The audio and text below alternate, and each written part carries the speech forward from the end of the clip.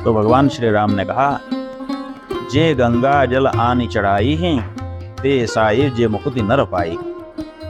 जो लोग इनको गंगा जल ला करके चढ़ाएंगे वो लोग साहिब जे मुक्ति प्राप्त करेंगे। तो गंगा जल विशेष है यहाँ पर रामेश्वरम में जो गंगा जल ला के चढ़ाएगा वो विशेष होगा। प्राचीन धार्मिक मान्यताओं के अनुसार सावन के मास में की जाने वाली कांवड़ यात्रा देवों के देव महादेव के प्रति उनके भक्तों की भक्ति और समर्पण का भाव प्रदर्शित करता है, जिसे कांवड़िए कई चुनौतियां, कठिनाइयां और कठिन नियमों का पालन करते हुए बड़े ही श्रद्धा और उत्साह के साथ करते हैं। और साथ ही सनातन धर्म में कांवड़ यात्रा का महत्व तीर्थ यात्रा करने के समान माना जाता है और धार्मिक विश्वासों के अनुसार जो भी इस कांवड़ यात्रा को करता है उसे मोक्ष की प्राप्ति होती है।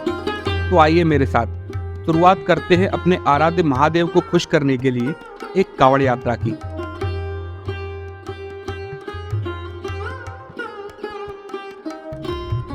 प्राचीन ग्रंथों में और पुराणों में ऐसा बताया गया है कि सावन मास लगते ही पृथ्वी की सत्ता भगवान शिव के हाथों में आ जाती है। और साथ ही सनातन धर्म में सावन मास को शुरू से ही बड़ा ही पावन और पवित्र माना गया है। इस मास में भक्त अपने आराध्य भगवान शिव को खुश करने के लिए कांवड़ यात्रा करते हैं, जिसका प्राचीन काल से ही बहुत ही महत्व है।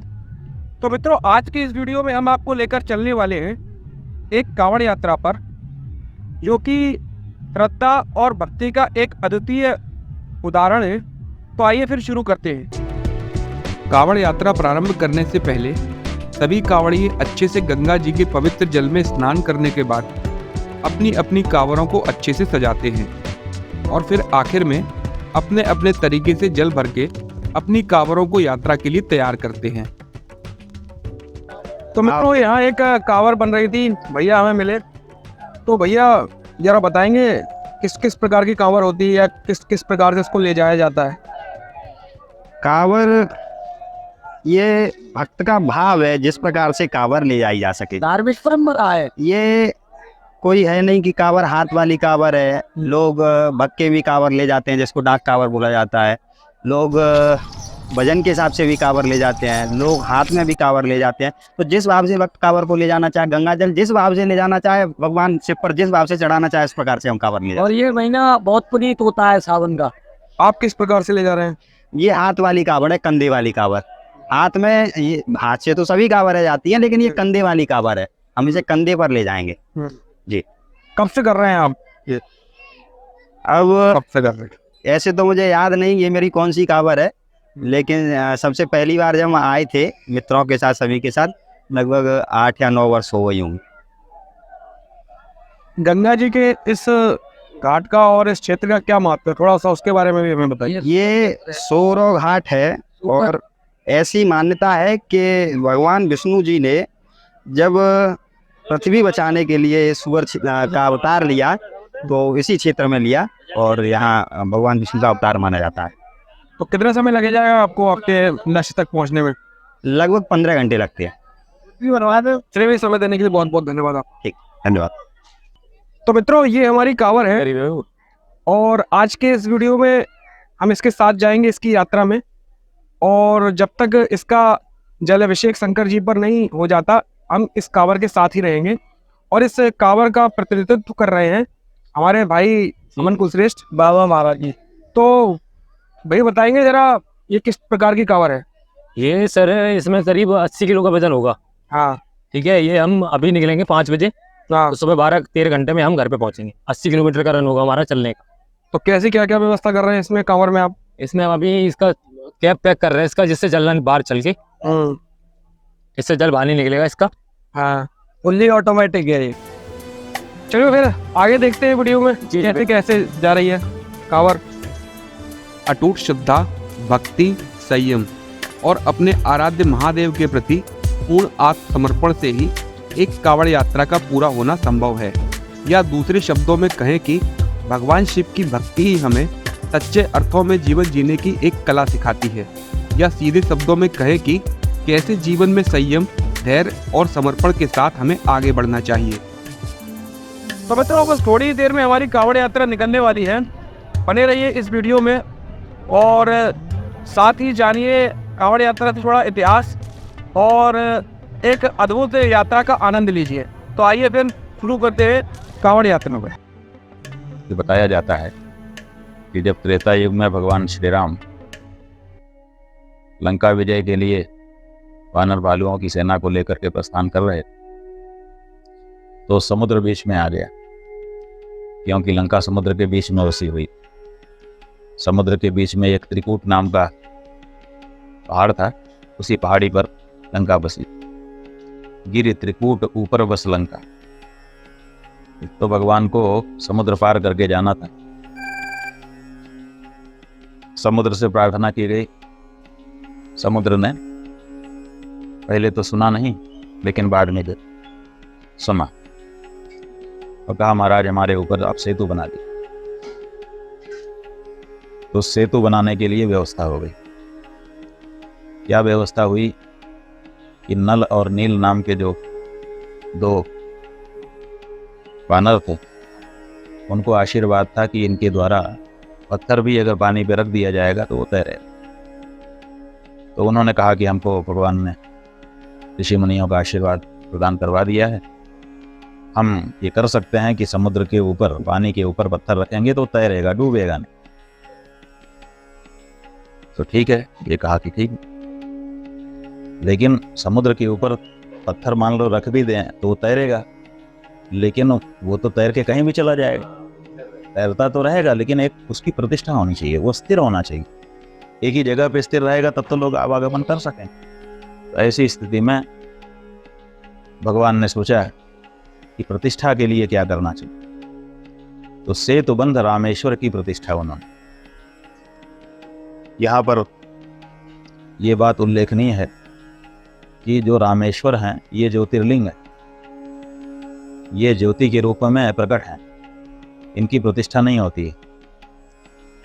ये तो भगवान स्वयंभू हैं, स्वयं प्रकट हैं।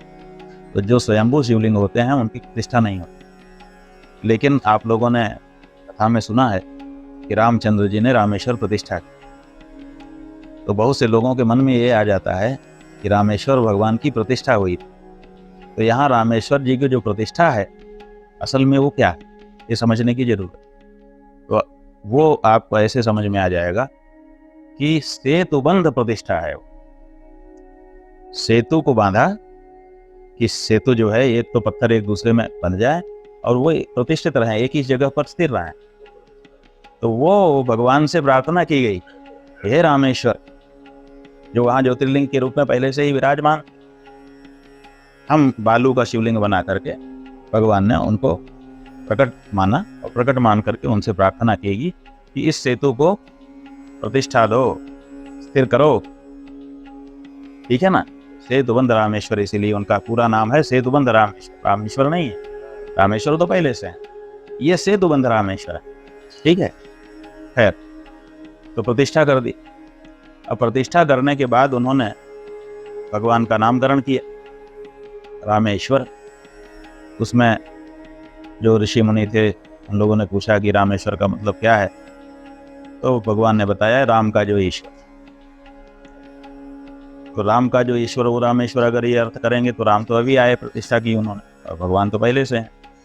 तो लोगों ने कहा भगवान शिव प्रकट हो गए। उन्होंने कहा नहीं, राम है ईश्वर जिसके वो रामेश्वर, माने शिव, शिव जी के ईश्वर राम। फिर ऋषि मुनियों ने कहा कि नहीं, आपकी बात भी नहीं मानी जाएगी, आपकी बात भी नहीं मानी जाएगी। असल में रामश्चासौ ईश्वर इति रामेश्वर, जो राम है वही ईश्वर है, जो ईश्वर है वही राम है, दोनों में अभेद है। ऐसा अर्थ करके हम इसको, इस नाम को समझेंगे। तो रामेश्वर हो गए। तो लोगों ने पूछा कि इनकी विधि क्या हो।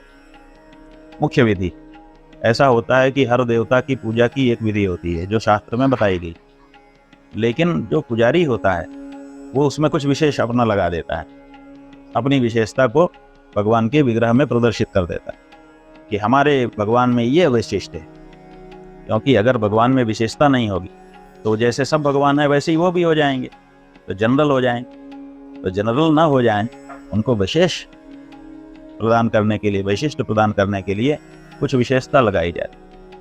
तो भगवान श्री राम ने कहा जे गंगा जल आनी चढ़ाई हैं ते साहिब जे मुक्ति नर पाई। जो लोग इनको गंगा जल ला करके चढ़ाएंगे वो लोग साहिब जे मुक्ति प्राप्त करेंगे। तो गंगा जल विशेष है यहाँ पर रामेश्वरम में जो गंगा जल ला के चढ़ाएगा वो विशेष होगा।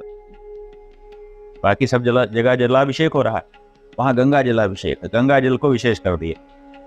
तब लोग रामेश्वरम में जाकर के गंगा जल चढ़ाने लगे।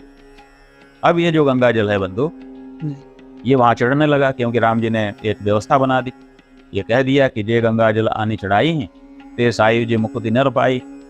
तो गंगा जल चढ़ने लगा। अब गंगा जल ले जाने का क्या विधान? तो हमारे शास्त्रों में ये कहा गया है कि गंगा जल जो है अगर घड़े में रख दिया, पहले तो घड़ा ही चलता कलश, तो कलश में हमने गंगा जल का संग्रह कर लिया, गंगा जी में गए, कलश डुबा कर उसमें गंगा जल भर लिया। अब उसको कैसे ले जाएं? तो एक तरीका तो यह है कि कलश में ऐसे हाथ डाल दें और ऐसे उस पकड़ लें और फिर लेके चले जाएं। तो ये निषिद्ध है। ये बताया गया है कि जो भगवान की पूजा का पानी है उसमें नाखून नहीं लगना चाहिए। तो अगर हम ऐसे पंजा डाल करके और ऐसे पकड़ेंगे तो हमारा नाखून पानी में लग जाएगा, और नाखून अगर पानी में लग गया तो वो पानी पूजा के लिए अपवित्र, अशुद्ध हो जाएगा, अग्राह्य हो जाएगा। ठीक है, अब क्या करें? क्योंकि नाखून के अंदर सूक्ष्म मैल रहता है, तो वो अपवित्रता कहीं न चली ना जाए, क्योंकि जल पूजा के जल को तो परम पवित्र होना है। तो इस दृष्टि से यह विधान किया। अब ऐसे पकड़ नहीं सकते, तब क्या करें? ऐसे ऐसे पकड़ लें, हाथ ऐसे करके ऐसे ऐसे पकड़ लें। तो उसके लिए हमारे यहाँ शौच आदि के लिए जब जाते हैं तो लोटा उसी तरह से पकड़ा जाता है, तो उसमें भाव दूषण हो जाता है। हम ऐसे पकड़ के लेके जा रहे हैं, ऐसे तो शौच के लिए जाते हैं, तो वो फिर पूजा के लिए वो जल ग्राह्य नहीं रह जाएगा, क्योंकि उसमें भाव दूषण आ जाएगा। अगर उसको उठा करके हम माथे पर रख लेते हैं तब क्या होगा? तब वो खुद ही को चढ़ जाएगा। जो वस्तु अपने माथे पर रख ली जाती है वो अपने को ही चढ़ी मानी जाती है, इसलिए फिर वो भगवान के योग्य नहीं रहती। इसलिए जो जल है या फल है या कोई वस्तु है उसको माथे पे अगर रख लिया तो अपने को चढ़ गया वो, तब वो पूजा के लिए निर्माल्य हो गया, वो नहीं चढ़ेगा। तब क्या करें? अपने ऊपर रख नहीं सकते, नीचे पकड़ने में दिक्कत है। तब लोगों ने शास्त्र के इन नियमों का ध्यान करके ये व्यवस्था बनाई कि हम एक डंडा ले लेंगे, उस डंडे में इधर और इधर कलश लटका लेंगे, डंडे को कंधे पे रख लेंगे। ठीक है, तो डंडे को कंधे पे रख लिया तो दूरी तक चला भी जा सकता है, और हमने पानी को ना तो नाखून से छुआ, ना तो किसी ऐसे तरह से पकड़ा जिससे भाव दूषण होता हो, और ना अपने ऊपर रखा, तो वो शुद्ध पवित्र बना रहेगा। तो ये जो शास्त्र नियम है, इन शास्त्र नियमों का बारीकी से ध्यान करने के बाद ये व्यवस्था शास्त्रकारों ने, हमारे पूर्वजों ने दी। लकड़ी के उसमें इधर और इधर बांध लिया लोग कलश, और फिर उसको कंधे पे लेकर के भगवान का नाम लेते हुए चले गए। तो वो परंपरा बंधु चल रही है। अब जो लोग रामेश्वरम नहीं जा पाते, बहुत दूरी है, और गंगा जी उत्तर में है और रामेश्वरम दक्षिण में। असल में भगवान श्री राम के द्वारा रामेश्वरम की पूजा के लिए गंगा जल की अनिवार्यता सिद्ध करके उत्तर और दक्षिण की एकता सुनिश्चित की गई, ताकि उत्तर और दक्षिण मिल जाएं, क्योंकि उत्तर का गंगा जल और दक्षिण का रामेश्वरम दोनों जब चढ़ेंगे तो मिल जाएंगे। तो ये सुंदर समन्वय, समायोजन भगवान श्री राम ने उत्तर और दक्षिण को मिला करके किया। तो वो गंगा जल चढ़ाया जाता है। जो लोग भगवान रामेश्वरम के पास तक नहीं जा सकते, वो कहते हैं कि जहाँ शिव जी हो वहीं हम उनके अभिषेक के लिए गंगा जल लेकर के जाएंगे। तो जिसको जहाँ उचित लगता है, जिस चीज़ जहाँ तक की भावना होती है, इस तरह से ये कांवड़ की परंपरा हमारे यहाँ चली हुई है, और लोग गंगा जल ले जा करके भगवान का जलाभिषेक कर रहे हैं। ठीक है, तो मित्रों, रात के 4 बज चुके हैं और हम अभी एटा पहुंच चुके हैं, और करीब 23-24 किलोमीटर हमें और चलना पड़ेगा, तब हम अपनी मंजिल तक पहुंचेंगे। मैं आपको बता दूं, हमारी जो कांवड़ यात्रा है जिसके साथ मैं चल रहा हूं, वो उत्तर प्रदेश के सोरो से एका तक जाएगी, जिसकी कुल दूरी 80 किलोमीटर के आसपास बैठती है। मित्रों, मैं आपको एक बात बताना चाहता हूँ। कांवड़ यात्रा बहुत ही अलग और बड़ी अच्छी यात्रा है। थोड़ी समस्या तो होती है चलने करने में, और मेरा ये मानना है कि हर आदमी को ज़िंदगी में एक बार ज़रूर कांवड़ यात्रा करनी चाहिए। काफ़ी अच्छा और बड़ा ही अद्भुत अनुभव आपको मिलेगा। तो चलिए आगे चलते हैं।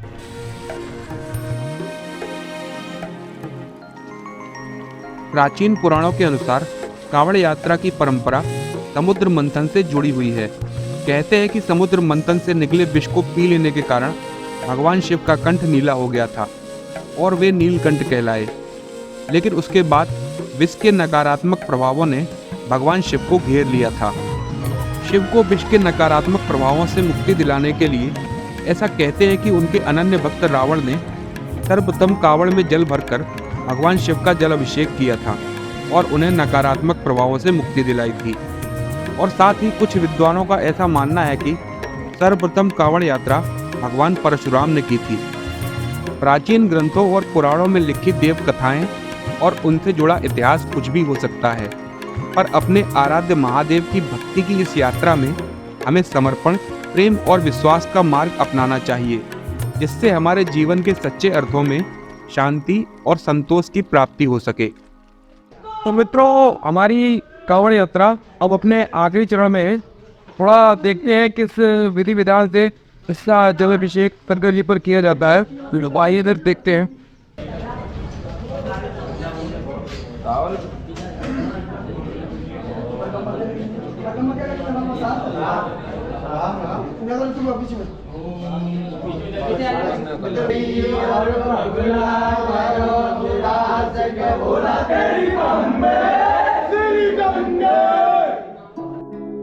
तो दोस्तों, कांवड़ यात्रा सिर्फ एक धार्मिक यात्रा नहीं है, बल्कि यह एक आस्था, संकल्प और भक्ति का प्रतीक है।